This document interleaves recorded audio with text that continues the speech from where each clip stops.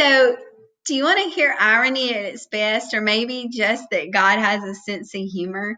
Because here's what happened. So, I told you all in the first video that I was going to try to post things on Friday ish so that after our meeting in person, I could just relay information, share, and we could get things going online.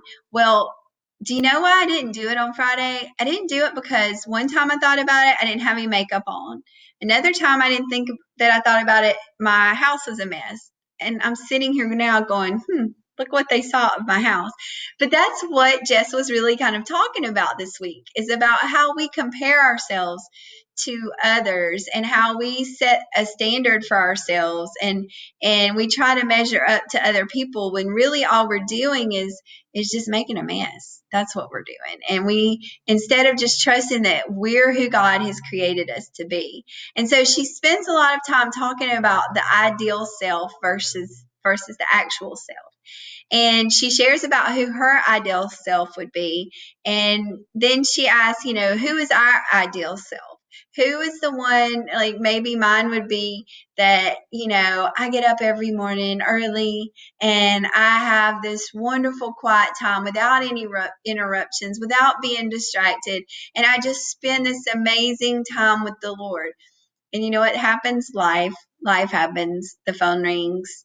I think of something that I should have been needed to do, or, the dogs get in a fight. I don't know, but something happens and it just shatters that idea and so she talks a lot about how we have to stop trying to be this ideal person that we've designed us to be. I mean, we could be that person by the grace of God if God wants us to be that person.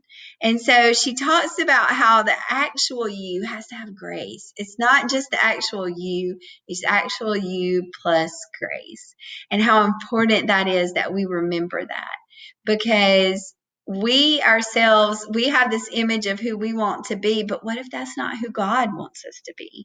And what if that's not who He designed us to be? And so we have to trust. And we have to look deep inside ourselves and say, okay, Lord, who do you want us to be?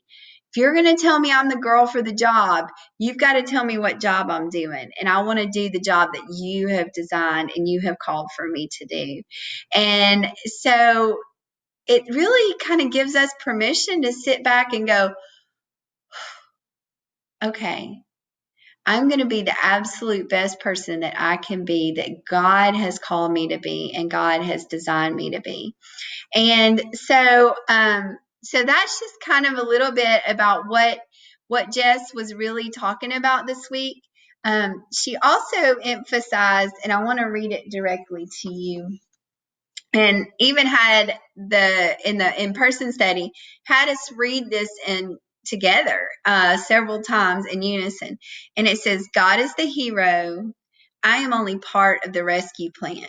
I can quit trying to be the best, quit doubting my place in His plan of redemption, and start believing that He has placed me here on purpose because I am the girl for the job. I can quit trying to be the best and be the person that God has created me to be. So that is just, well, obviously I still need to give myself some grace because I have to learn some of that.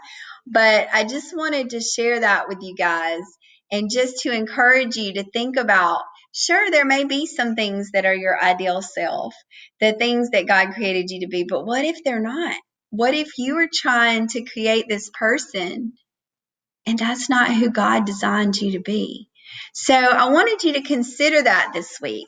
I'm going to also put up some other questions that we discussed in class, and I'm going to open it up for you all to share your thoughts, your concerns.